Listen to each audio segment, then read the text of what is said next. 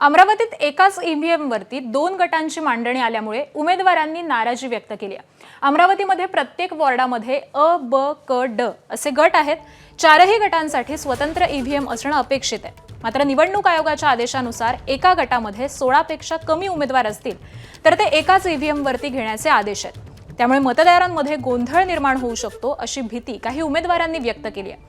अमरावतीत प्रत्येक प्रभागामध्ये अ आणि ब तर कुठे ब आणि क तर कुठे क आणि ड या दोन्ही प्रवर्गाच्या उमेदवारांची मांडणी ही एकाच ईव्हीएम वरती झाली। त्यावरती काही उमेदवारांनी आक्षेप नोंदवले, मात्र ते आक्षेप फेटाळून लावण्यामध्ये आले। मात्र अर्ज फेटाळून लावताना कोणतंही म्हणणं ऐकून घेतलं नाही असा आरोप उमेदवारांनी आणि त्यांच्या प्रतिनिधींनी केलाय। निवडणूक निर्णय अधिकाऱ्यांनी मात्र आयोगाने दिलेल्या आदेशाचं पालन करत असल्याचं म्हटलेलं आहे।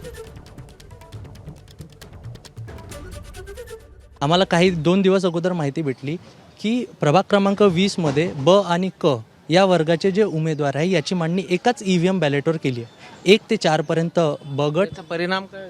सर, याचा परिणाम असा आहे की जो असुशिक्षित मतदार आहे किंवा आमच्या प्रभागामध्ये लिटरसी रेट फार कमी आहे, त्यामुळे परिणामी एक तर चुकीच्या उमेदवाराला ती मते जाईल, उमेदवार गोंधळेल, नाही तर या गोंधळामुळे मतदाता हा मतदानच करणार नाही।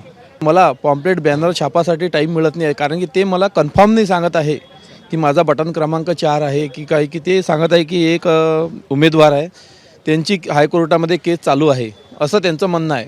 मग त्यांचा निकाल 13ला लागतो की इलेक्शन झाल्यावर लागतो हे आम्हालाही माहीत नाही म्हणते, आणि त्यांनी म्हटलं की आम्ही तुम्हाला सांगू शकत नाही। मग याच्याबद्दल माझा आक्षेप होता, आणि त्यांचं म्हणणं असं आहे की तुम्हाला आम्ही 4 नंबरची बटन दिली आहे म्हणते, तुम्ही 4 नंबरच्या बटनवर तुमचा प्रचार चालू करा म्हणते। एबीपी माझा, उघडा डोळे बघा नीट।